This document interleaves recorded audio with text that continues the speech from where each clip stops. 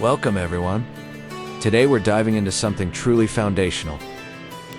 Something that shapes the very spaces we inhabit, the art and science of pouring walls and columns. It might sound technical, but trust me, there's a profound beauty and a powerful sense of accomplishment in bringing these essential structures to life. Now, for the moment of truth, the pour.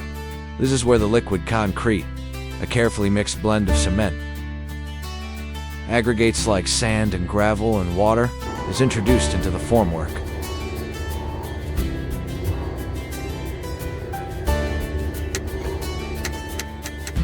Coming down.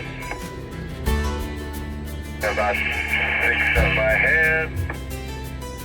3, 2, 1. Coming down. It's a dynamic process, often involving specialized equipment like concrete pumps or chutes to deliver the mix precisely where it needs to go. The goal is to fill the formwork completely, eliminating any air pockets that could weaken the structure. This is achieved through careful vibration, using tools that gently shake the concrete, allowing it to settle and consolidate, pushing out trapped air. It's a delicate balance, enough vibration to consolidate, but not so much that it causes the concrete to separate. For walls, the pour is often done in lifts or layers.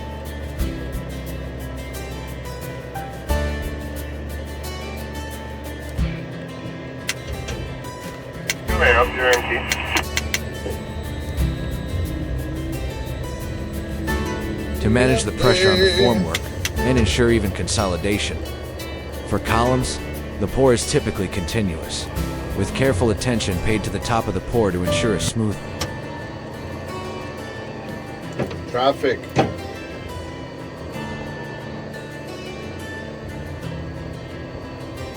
Traffic is getting out. Another 4 feet out. Looking good. About 6, 3, 2, hands up. Down. Push, baby. Push, baby. 1 feet. Come on, there you go.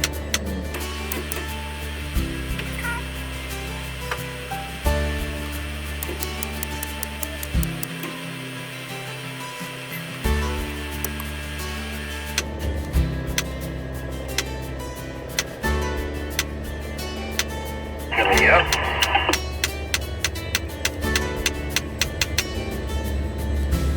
All yours. monolithic finish. The consistency of the concrete mix is paramount. Too wet, and it loses strength. Too dry, and it's difficult to work with and may not fill the formwork properly. Yeah, it's heavy, of course, but fucking perfect.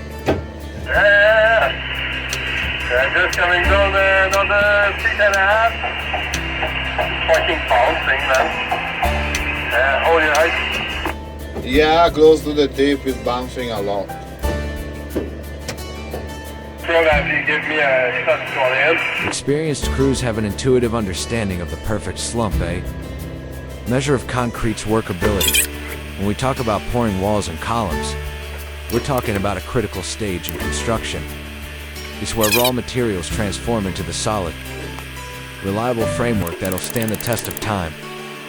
This isn't a process to be rushed or taken lightly. It demands precision, a deep understanding of the materials, and a commitment to safety and quality. Thank you for. The concrete bucket itself is more than just a container. It's a carefully designed tool, built to withstand immense weight and the abrasive nature of concrete. Think about it. We're talking about materials that can weigh thousands of pounds. Yet this bucket, often made of robust steel, faithfully carries its load. Day in and day out. Its design is crucial. You'll often see them with a bottom gate that can be opened remotely, allowing for a controlled release of the concrete exactly where it's needed. This isn't just about dumping, it's about strategic placement, ensuring the concrete flows into forms, fills gaps, and creates a seamless, strong structure. And then there's the crane. This is the muscle, the reach, the unwavering arm that extends the capabilities of human hands far beyond what's physically possible.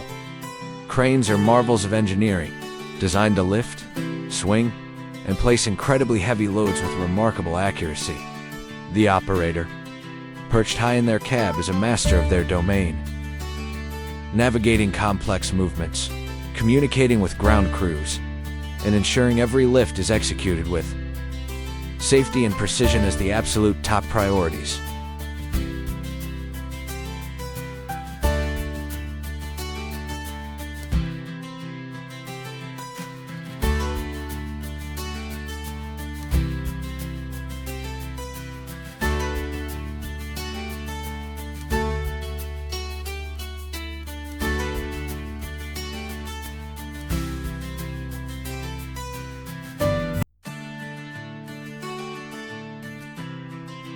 Joining me on this exploration of pouring walls and columns, it's a reminder that even the most technical aspects of construction are deeply connected to the human experience of creating and inhabiting spaces. If you found this insightful, please consider following along for more explorations into the world of building and design.